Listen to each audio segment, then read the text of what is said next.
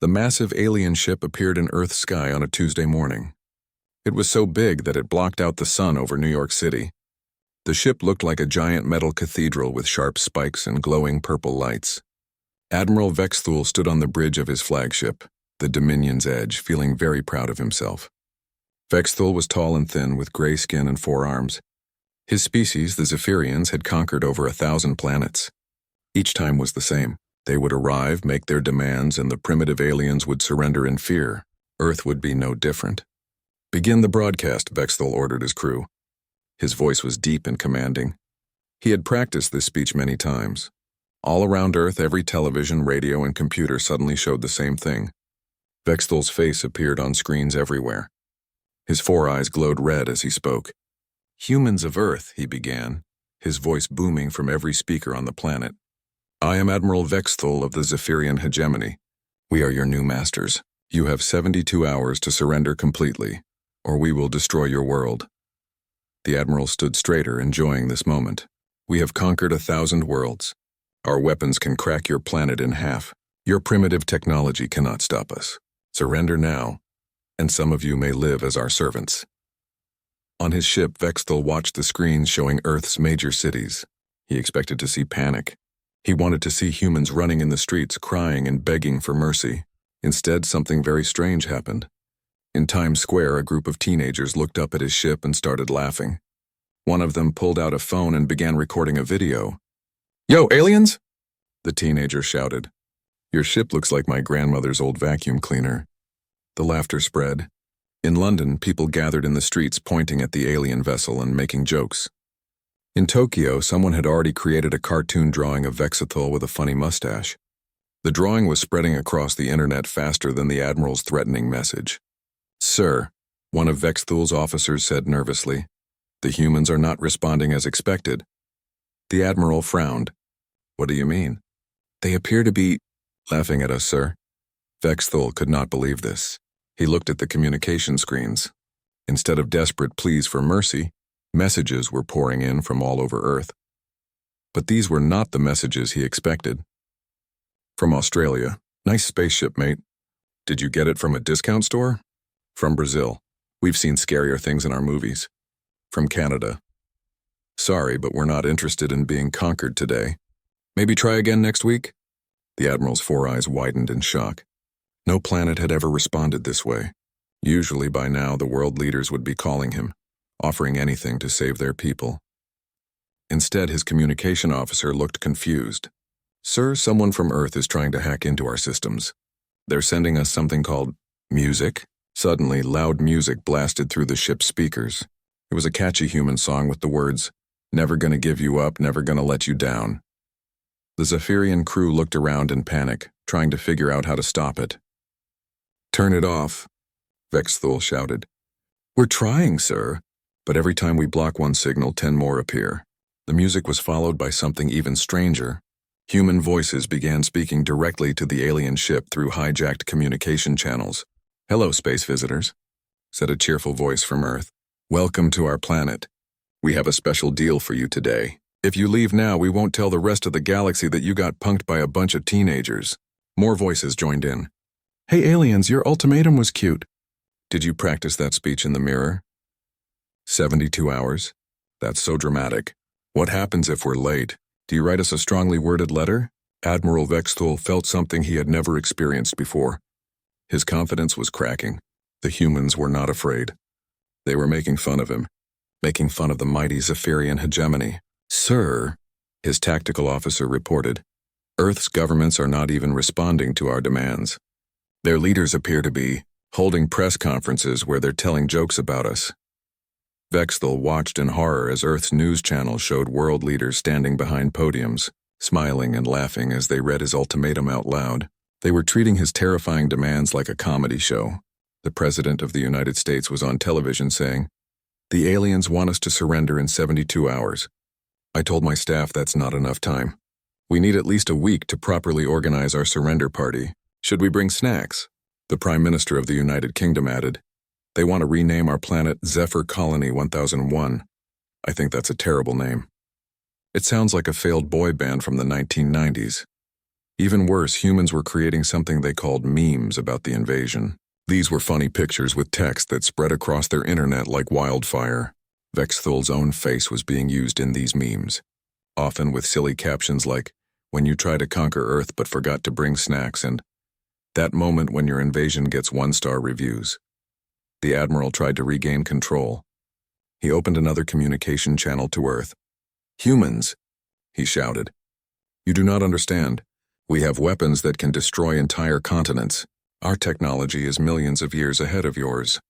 The response came immediately from a human child who sounded about 10 years old. "Wow. Millions of years of technology and you still couldn't figure out how to make a cooler-looking spaceship. My toy rockets look better than that thing." Other humans joined in. "If you're so advanced, why do you need to conquer planets? Can't you just make your own stuff? Yeah, and why do you talk so dramatically? Do all aliens take acting classes before they become space villains?" Vexthul's crew was becoming increasingly uncomfortable. They had trained for resistance, for desperate battles, for clever military tactics. They had not trained for this. How do you fight an enemy that responds to your threats with jokes? "Sir?" his communication officer said quietly. "More messages are coming in." "The humans are. They're offering to help us." "Help us?" Vexthul asked, confused. "Yes, sir. They're saying that if we're trying to conquer planets because we're having problems at home, they'd be happy to teach us about therapy and conflict resolution. They've also sent us links to something called self-help books." The Admiral sat down heavily in his command chair. In all his years of conquest across all the worlds he had invaded, nothing like this had ever happened. The humans were not just unafraid, they were treating the entire invasion like an elaborate joke. And somehow, deep in a part of his mind he did not want to acknowledge, Vexthul was starting to wonder if maybe, just maybe, the humans had a point. Why was he trying to conquer planets anyway? Was this really the best use of his time? He shook his head, trying to clear these strange thoughts. He was Admiral Vexthul of the Zephyrian hegemony. He did not question his orders. He conquered worlds. But as more laughter echoed through his ship's communication systems, and as more silly human memes appeared on his screens, the Admiral began to realize that this conquest might not go according to plan. Dr. Sarah Chen walked into the United Nations building with a big smile on her face. As the head of the newly created Alien Response Committee, she had the strangest job in human history. Her mission was simple: figure out how to deal with the alien invasion. The solution she had come up with was not what anyone expected. "Ladies and gentlemen," Dr. Chen announced to the packed General Assembly Hall, "I have some interesting news about our alien visitors." She clicked a button on her remote control, and a giant screen showed the aliens' demands. The room filled with quiet giggles as people read the list. "The Zephyrians want us to fill out surrender forms," Dr. Chen said, trying not to laugh. "In triplicate. They also want us to change Earth's name to Zephyr Colony 1001. They've even designed a new flag for us." The new flag appeared on screen. It looked like a purple triangle with squiggly lines and what appeared to be a small trophy in the corner. The entire UN General Assembly burst into laughter.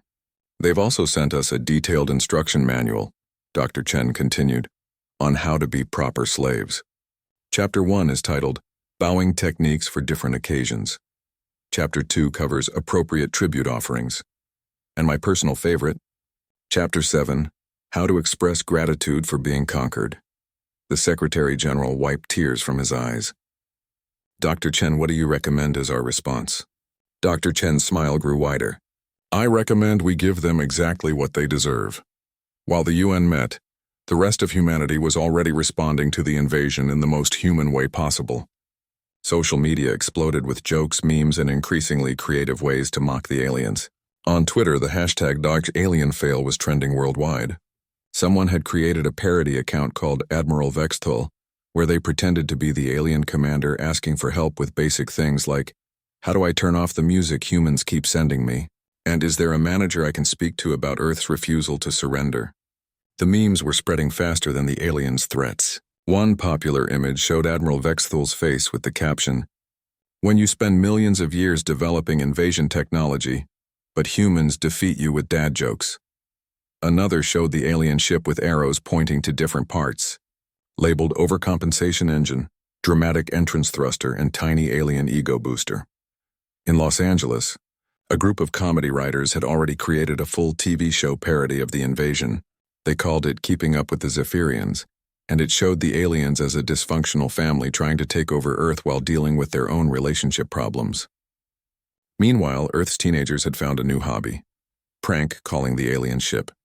They would hack into the Zephyrian communication systems and ask questions like, "Is your refrigerator running?" And "Do you have Prince Albert in a can?" The aliens, not understanding these references, would spend hours trying to locate refrigerators and people named Prince Albert on their ship. The situation got even more ridiculous when humans started offering helpful advice to the aliens. A group of life coaches from California sent a video message to the alien fleet offering their services. "Hi there, Zephyrian friends," said a cheerful woman with a big smile. "We understand that conquering planets can be really stressful. Have you considered that maybe your need to dominate others comes from deep feelings of inadequacy? We offer a 12-week program that can help you find healthier ways to express your emotions." The aliens received thousands of similar messages. Cooking shows offered to teach them how to make Earth food instead of stealing it. Dance instructors volunteered to help them with their rigid movement patterns. Marriage counselors suggested that their aggressive behavior might be caused by relationship problems back home. But the most devastating response came from Earth's children. Kids around the world started drawing pictures of the aliens and sending them to the ship. These weren't scary pictures of monsters. They were cute, cartoonish drawings that made the Zephyrians look friendly and silly. One drawing showed Admiral Vexthul having a tea party with teddy bears. Another showed him trying to learn how to ride a bicycle, while other aliens cheered him on.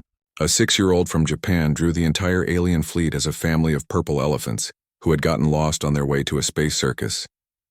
The aliens found these drawings more unsettling than any weapon humans could have used against them. How do you maintain your dignity as a feared conqueror when children are drawing you as a cute cartoon character? Earth's response reached a new level when the global music industry got involved. Musicians from every country began creating songs about the invasion. But instead of war songs or desperate pleas for help, they were comedy songs that made fun of the aliens. A country singer from Nashville recorded the Ballad of the Four-Armed Fool, which told the story of an alien who came to Earth looking for trouble, but ended up learning how to line dance. A rap group from New York created 99 Problems, but Earth Ain't One, which listed all the ways the alien invasion was failing. A classical composer wrote a full symphony called The Comedy of Errors in Space that used silly sound effects to represent the aliens' confused reactions to human behavior. The most popular song became We're Not Afraid, We're Just Confused by a British rock band. The chorus went, "You came here with your ship so bright expecting us to shake with fright. But all we see are silly fools who never learned the golden rules. If you want respect, don't be a pest and maybe try to be your best." The song was played so often that it accidentally became Earth's unofficial anthem of resistance. As the second day of the invasion passed, something unexpected happened. Other alien species in the galaxy started paying attention to Earth's broadcasts. The humans' ridiculous response to the Zephyrian invasion was being picked up by radio telescopes across space. On the planet Rigel 7, a race of peaceful traders watched human comedy shows and started laughing for the first time in their species' history. On Andromeda Station, alien diplomats gathered around communication screens to watch humans make jokes about their would-be conquerors. The Galactic Council, a group of the most powerful alien civilizations, received an emergency message from one of their observers. The humans are doing something unprecedented. They are responding to invasion with humor. This is unlike anything we have seen in our records of conquest. Back on the Zephyrian flagship, Admiral Vexthul was having the worst day of his military career. His crew was becoming increasingly demoralized as humans continued to mock everything about their invasion. Some of his officers had started quietly watching human comedy shows during their off-duty hours. "Sir," his communication officer reported nervously, "the humans have sent us another message." "What is it this time?" Vexthul asked, dreading the answer. "They're asking if we want to participate in something called Alien Idol. It appears to be a singing competition. They say the winner gets to keep their planet, but the loser has to perform at children's birthday parties for a year." Admiral Vexthul put his 4 hands over his 4 eyes and wondered how his perfect invasion had turned into the galaxy's biggest joke. He didn't know it yet, But this was only the beginning of humanity's campaign of ridiculous resistance. Admiral Vexthal stared at the communication screens in disbelief. It had been 3 days since the invasion began, and Earth's response was getting more ridiculous by the hour. Instead of armies gathering to fight his fleet, humans were organizing the strangest defense campaign in galactic history. "Sir," his tactical officer reported, "the humans have done something to our external display screens." Vexthal looked at the monitor showing the outside of his ship. Where once the mighty Zephyrian symbols had glowed with purple light, now there were images of small Earth creatures called cats doing strange dances. The cats wore tiny hats and moved to music that somehow played from speakers the humans had apparently attached to his ship. "How did they get onto our ship?" Vexthal demanded. "We don't know, sir. Security reports no breach. The humans seem to have asked our computer very nicely and it let them in." This was true. A group of human hackers had sent polite messages to the Zephyrian computer system, saying things like, "Please may we borrow your screens for a fun project?" And "We promise to return them in good condition." The alien artificial intelligence, which had never encountered politeness before, had been so confused that it simply allowed the access. The situation got worse when Admiral Vexthal tried to send another threatening message to Earth. As soon as he opened a communication channel, his screen was filled with humans holding signs. "We're sorry your invasion isn't going well," read one sign held by a smiling elderly woman. "Have you tried turning your death rays off and on again?" suggested another, held by a man wearing glasses and a lab coat. "My grandma makes better threats than you," declared a teenager's sign, but the sign that made Vexthal's eye twitch was held by a small child. "Mr. Alien, do you need a hug?" Before he could respond to these messages, his communication system was flooded with something humans called customer service calls. Thousands of humans began contacting his ship, pretending to be sales representatives from various Earth companies. "Hello," said a cheerful voice. "This is Sandra from Galactic Extended Warranties. I see you're flying a Zephyrian Dreadnought-class vessel. Did you know your ship's warranty is about to expire? For just 99 payments of $19.95, we can extend your coverage to include meteor damage, space pirate attacks, and embarrassing defeat by primitive planets." Another voice chimed in. "Hi there. This is Bob from Universal Life Insurance. I notice you're in the conquering business. That can be dangerous work. Have you considered what would happen to your family if you accidentally got yourself laughed to death?" The calls never stopped. Humans offered to sell the aliens everything from pizza delivery to online dating services. One particularly persistent salesperson spent 2 hours trying to convince Admiral Vexthal that he needed a subscription to something called Netflix because even alien conquerors need to relax sometimes. Meanwhile, Earth's response teams were implementing what they called Operation Ridiculous. Instead of hiding from the alien threat, humans around the world began staging elaborate performances designed to confuse and bewilder their would-be conquerors. In New York City, flash mobs appeared at random locations performing synchronized dances while wearing alien costumes that looked suspiciously like the Zephyrians. The costumes were clearly made from cardboard and silver paint, but the humans wore them with such enthusiasm that watching Zephyrians began to question whether they really looked that silly. The performances included humans pretending to be aliens having everyday problems. One popular skit showed aliens trying to figure out how to use a coffee machine, getting increasingly frustrated as they pushed buttons with their multiple arms while coffee sprayed everywhere. Another performance had humans dressed as aliens attempting to conquer a playground, only to be defeated by a group of 5-year-olds armed with water balloons and juice boxes. The aliens would dramatically fall over when hit by water balloons, declaring things like, "Our superior technology is no match for your hydration-based weapons." The most popular performance was the Alien Invasion Support Group, where humans pretended to be aliens sitting in a circle, sharing their feelings about failed conquests. "Hi, I'm Zorblex," one performer would say, "and I've been conquest-free for 3 days now. It's been really hard, but I'm learning that maybe I don't need to dominate other species to feel good about myself." But humanity's masterstroke came when they discovered something about Zephyrian culture that the aliens themselves had forgotten. Deep in Earth's internet archives, human researchers found old galactic broadcasts that mentioned Zephyrian entertainment. It turned out that before they became conquerors, Zephyrians had been known throughout the galaxy for their comedy shows. They had been funny, creative, and beloved by other species. Only later had they become serious and militaristic, apparently forgetting their humorous roots. Armed with this knowledge, humans began broadcasting old Zephyrian comedy shows back to the invasion fleet. These were shows that the current generation of Zephyrians had never seen, featuring their own ancestors telling jokes and making people laugh. The effect on the alien crew was immediate and devastating. For the first time in centuries, Zephyrians remembered what it felt like to laugh.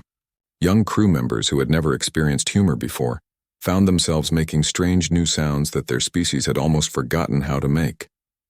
"Sir," one officer reported to Admiral Vexthul, "the humans are broadcasting our ancestral entertainment programs. Stop them immediately," Vexthul ordered. "We've tried, sir, but some of the crew are requesting that we continue receiving the broadcasts. They say the shows are educational." This was not entirely true. The crew was not watching for education. They were watching because for the first time in their lives they were experiencing joy. The old Zephyrian comedies were filled with the kind of gentle, silly humor that humans excelled at. And the crew was beginning to understand why Earth's response to their invasion felt so familiar yet so foreign. The breaking point came when humans launched their most audacious plan yet. Earth's space agencies, working together for the first time in history, launched thousands of small satellites. But these were not weapons or communication devices. They were party supply dispensers. Each satellite was programmed to release millions of colorful balloons, streamers, and something humans called glitter bombs around the alien fleet. Within hours, the mighty Zephyrian invasion force was surrounded by a cloud of celebration supplies that made their ships look like they were attending the galaxy's largest birthday party. The satellites also played music, specifically Happy Birthday sung by children's choirs from every country on Earth. The message was clear. Instead of a conquest, humans were throwing the aliens a party. Admiral Vexthul watched from his bridge as his fearsome war fleet became decorated with ribbons and balloons. His ships, designed to strike terror into the hearts of enemies, now looked like they were part of a carnival parade. "Sir," his communication officer said quietly, "the humans are sending us another message." "What now?" Vexthul asked, no longer surprised by anything. "They're asking what flavor of cake we prefer for the celebration. They've also requested our dietary restrictions to ensure the party snacks are suitable for Zephyrian consumption." For the first time since the invasion began, Admiral Vexthul did something completely unexpected. He sat down in his command chair and started to laugh. It began as a small chuckle, then grew into full laughter that echoed through the bridge. His crew stared at their commander in shock. They had never heard him laugh before. They had never heard any Zephyrian laugh before. But somehow it felt right. As Admiral Vexthul laughed at the absurdity of his situation, surrounded by balloons and serenaded by children singing Happy Birthday, he began to realize that perhaps the humans had already won this war in a way that no Zephyrian military manual had ever prepared him for. 3 weeks after the invasion began, Admiral Vexthul received the most unexpected communication of his long military career. It was not from Earth, not from his own high command, but from the Galactic Council itself. "Admiral Vexthul," said the voice of Chancellor Creon, leader of the most powerful alliance in known space, "we need to talk." Vexthul straightened in his chair. The Galactic Council never spoke directly to individual commanders. They were the supreme authority over hundreds of species and thousands of worlds. For them to contact him personally meant something very serious was happening. "Yes, Chancellor," Vexthul replied. "Admiral, are you aware that your invasion of Earth is being broadcast throughout the galaxy?" This was news to Vexthul. "I was not aware, Chancellor. For 3 weeks, every species in our network has been watching humans make jokes about your fleet. The entire galaxy is watching your invasion fail in the most entertaining way possible." The Chancellor's tone was not angry, which confused Vexthul. If anything, the alien leader sounded amused. "Chancellor, I can explain. Admiral, do you know what has happened because of these broadcasts?" "No, sir. The galaxy is laughing. For the first time in recorded history, species that have been at war for thousands of years are sharing jokes instead of shooting at each other. The Rigelian Star Empire and the Canopus Federation, who have been enemies for millennia, are now sending each other human memes instead of missiles." Vexthul felt his foreheart sink. This sounded like very bad news for his career. But Chancellor Creon continued. The Andromedans have requested permission to establish comedy exchange programs with Earth. The Centaurians want to learn how to make something called dad jokes. 3 different species have asked if they can hire human entertainers for their cultural festivals. I don't understand, Chancellor. Admiral, your failed invasion has accidentally created the most peaceful period in galactic history. War declarations are being replaced with joke competitions. Trade disputes are being settled with comedy contests. The humans have weaponized joy itself, and it's spreading throughout known space. While this conversation was happening, the situation on Earth had reached its final, absurd climax. The humans had announced their ultimate response to the invasion, a galaxy-wide talent show. Welcome, announced Dr. Sarah Chen from the United Nations building, to the first annual Galactic Got Talent competition. Today we invite all species in the galaxy to showcase their best performances. The winner receives the honor of being Earth's first official intergalactic friend. The announcement was broadcast across all known communication channels. Within hours, alien species from across the galaxy began sending their entries. The Rigelians performed a complex musical number using their natural bioluminescence. The Andromedans demonstrated their ability to change colors in rhythm with music. The Centaurians performed a comedy routine that involved shape-shifting into various Earth animals. But the most surprising entry came from the Zephyrian fleet itself. Sir, Lieutenant Mortax approached Admiral Vexthul nervously. The crew has a request. What is it, Lieutenant? Well, sir, we've been watching the human talent show and we'd like to participate. Admiral Vexthul looked around his bridge. His entire crew was staring at him hopefully. These hardened warriors, trained for conquest and battle, wanted to enter a talent competition. What would we perform? Vexthul asked. We've been practicing something, sir, Mortax said excitedly. We found some old Zephyrian songs from before the Great War. We thought, maybe we could sing them. It was true. The crew had been secretly practicing ancient Zephyrian music during their off-duty hours. These were songs from their species' peaceful past, songs that celebrated friendship and joy instead of conquest and dominance. Admiral Vexthul made the decision that would end his military career and begin something much better. Prepare the performance, he ordered. The Zephyrian fleet's entry to Galactic Got Talent was broadcast live throughout the galaxy. Admiral Vexthul and his entire crew stood on the bridge of their flagship, now decorated with the balloons and streamers that humans had given them, and sang.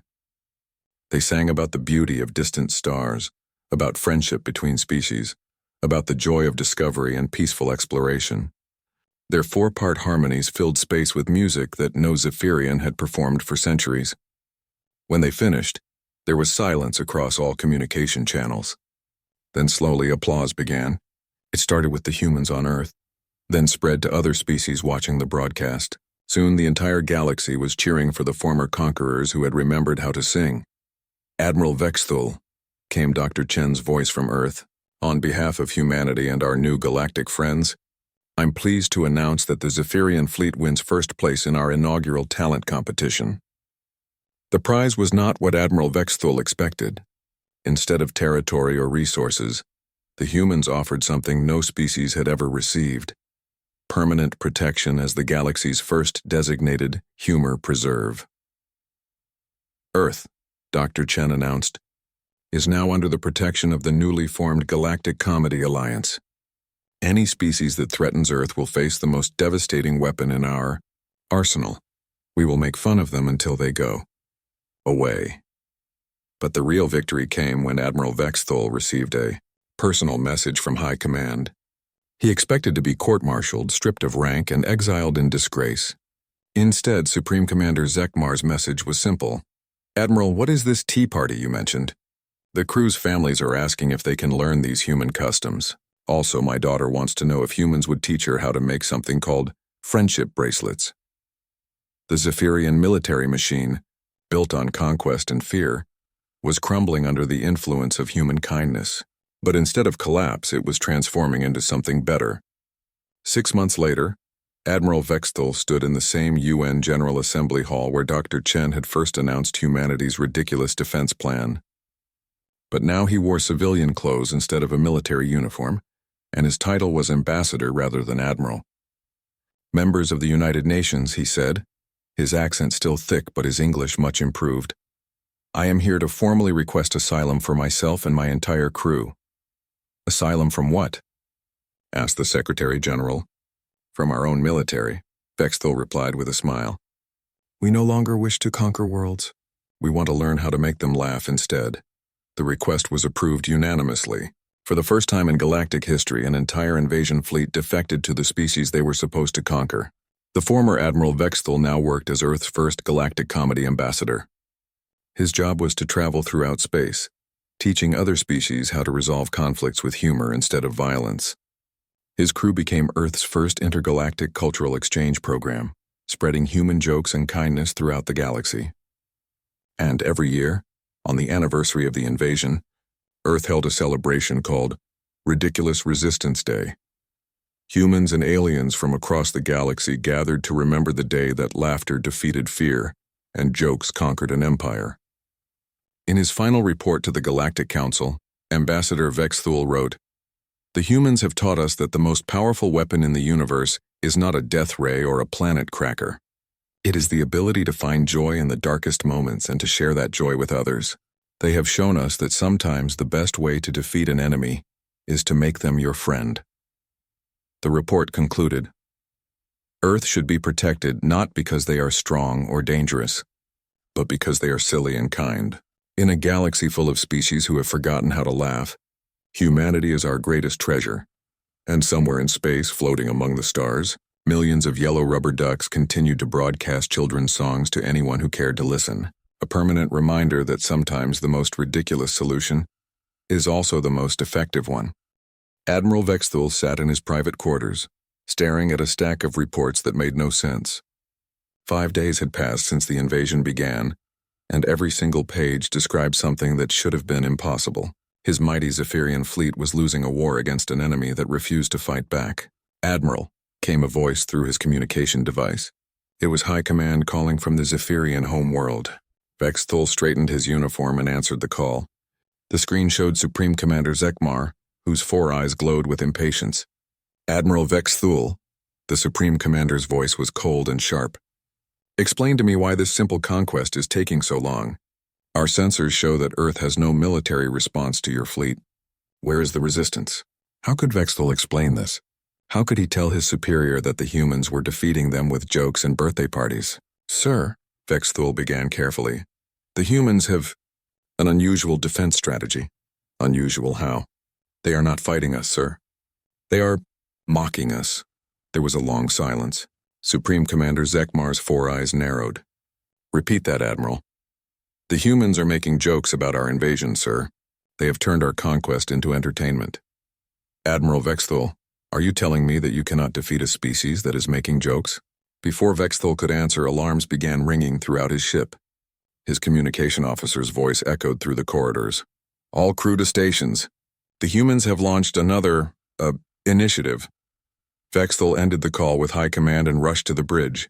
What he saw there made him question everything he thought he knew about warfare. The humans had launched what they called Operation Rubber Duck. Every ocean, lake, river, and even large puddles on Earth were filled with millions of yellow rubber ducks. Each duck had a tiny antenna that broadcast a different Earth song. The combined effect was that the planet's surface had become a massive floating radio station. "Sir," his tactical officer reported, "our sensors are detecting approximately 100 million individual broadcast sources on the planet's surface." "What are they broadcasting?" "Children's songs, sir. Something called Row, Row, Row Your Boat appears to be the most common transmission." As if the situation could not get more absurd, humans began emerging from their cities wearing inflatable costumes shaped like various Earth animals. Giant inflatable flamingos, elephants, and unicorns filled the streets. The humans wore these costumes while performing what appeared to be synchronized swimming motions, despite being on dry land. The Zephyrian reconnaissance teams that Vexthul sent to investigate found themselves in the middle of what could only be described as the largest bath-time celebration in galactic history. Humans splashed in fountains while wearing their inflatable animal costumes, singing nursery rhymes and offering soap bubbles to any aliens who approached. "Report," Vexthul demanded when his reconnaissance team returned. "Sir," the team leader said, looking confused, "the humans offered us towels. They said we looked wet and might catch cold. Were you wet? No, sir. But they insisted. They also gave us rubber ducks and asked if we wanted to join their bath time song. What did you tell them? The reconnaissance leader looked embarrassed. Private Jexrin may have participated in one verse of Splish Splash, sir. Admiral Vexthul felt a headache forming between his 4 eyes. His crew was being corrupted by human nonsense. Worse, they seemed to be enjoying it. The situation reached a new low when Earth's response to his final warning arrived. Vexthul had broadcast one last threat to the planet, demanding immediate surrender or complete destruction. The human response was a planet-wide flash mob. Every human on Earth seemed to participate. They all came outside at exactly the same time and began performing something called the Macarena. But they were not wearing normal clothes. They were all wearing masks that looked like Zephyrian faces. The masks were surprisingly accurate, which was disturbing enough. But worse was watching billions of humans dance in perfect synchronization while wearing the faces of his species. It was like watching an entire planet cosplay as Zephyrians while performing the most ridiculous dance in human history. The dance was broadcast to every communication channel in the galaxy. Within hours, alien species across known space were watching humans perform the Macarena while dressed as Zephyrians. The video became the most watched content in galactic history. Sir, his communication officer reported, we're receiving messages from everywhere. What kind of messages? Other alien species are asking us about the dance, sir. The Rigelians want to know if the Macarena is a traditional Zephyrian battle formation. The Andromedans are requesting lessons. The Centaurians have offered to host a galaxy-wide dance competition. Vexthul watched the screens showing his own face being worn by dancing humans. Somewhere in the back of his mind, he had to admit that they had captured his likeness quite well. The masks even had his distinctive nose ridges and the small scar above his left eye. But the real disaster came when his crew began receiving personal messages from the humans. These were not group broadcasts or general communications. These were individual humans reaching out to specific Zephyrian crew members. Lieutenant Mortax, one message began. This is Jennifer from Ohio. I noticed you looked sad in the last broadcast. Are you okay? Do you need someone to talk to? I'm a good listener and I make excellent chocolate chip cookies. Another message said, Dear Zephyrian officer whose name I don't know, but who has really nice purple stripes. You seem stressed about this whole invasion thing. Have you considered meditation? I teach yoga classes, and I think some deep breathing exercises might help you find inner peace. The humans had somehow identified individual crew members and were offering them friendship, advice, and baked goods. They treated the invasion fleet like a group of troubled neighbors who just needed some kindness and understanding. The breaking point came when one human sent a message directly to Admiral Vexthul himself. Dear Admiral Vexthul, the message began. My name is Emma, and I'm 8 years old. My teacher says you're trying to take over our planet because you're upset about something. I drew you a picture to make you feel better. I hope you like it. The attached picture showed Admiral Vexthul and a small human girl having a tea party with various stuffed animals. In the drawing, Vexthul was smiling and wearing a hat with flowers on it. The human child had drawn herself offering him a cup of tea and a cookie. At the bottom of the picture, in careful child handwriting, were the words, Friends are better than conquering. Love, Emma. Admiral Vexthul stared at the drawing for a long time. No one had ever drawn him a picture before. No one had ever called him a friend. In all his years of conquest, no enemy had ever offered him tea and cookies. Sir, his first officer said quietly, High Command is calling again. Vexthul looked at the communication panel, then at Emma's drawing, then back at the panel. For the first time in his military career, he made a decision that would change everything. Tell High Command I'm in a meeting, he said. What kind of meeting, sir? Admiral Vexthul looked at the picture of himself having a tea party with stuffed animals and smiled. Actually smiled, for the first time in decades. A tea party, he said. Tell them I'm having a very important tea party, and I cannot be disturbed. As his confused crew tried to figure out what their admiral meant, Vexthul realized that somewhere in the past 5 days, the humans had done something that no enemy had ever accomplished. They had made him remember what it felt like to be happy.